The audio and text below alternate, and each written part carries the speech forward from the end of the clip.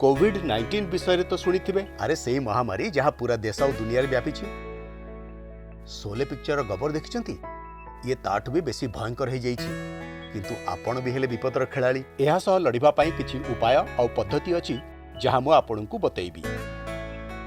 ये हेला pulse oximeter. कौन एटा pulse oximeter. एई machine द्वारा आमे जानी पारु जे आम शरीर रे ऑक्सीजन रो मात्रा केते अछि। जदि ऑक्सीजन रो मात्रा ठीक अछि तेबे किछि चिंता करिबार नाही और जदि ऑक्सीजन कम अछि तेबे आमको पाख स्वास्थ्य केंद्र किंबा डाक्टर को पाखकु जिबा आवश्यक। सबुठु प्रथमे आपण या भितरे एई बैटरी लगांतु। निश्चित करंतु जे एटा चालू अछि।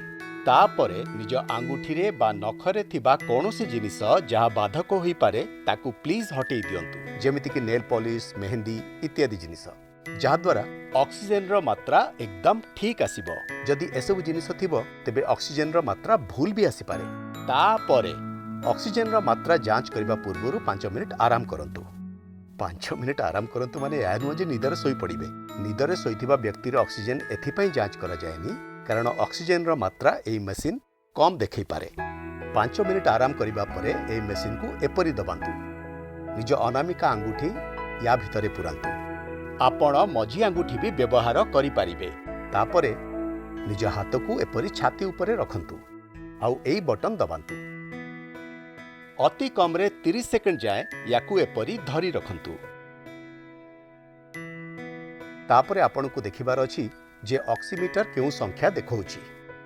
SpO2 तळे जेउ संख्या अछि ताहा जणाए जे आपणक शरीर रे ऑक्सीजन रो मात्रा केते अछि। यार डाहाण पाखरे जो द्वितीय संख्या अछि ताहा जणाए जे आपणक हृदयर स्पंदन केते जोर रे चलीछि किंतु या ऊपर आपणकु ध्यान देबा दरकार नाही।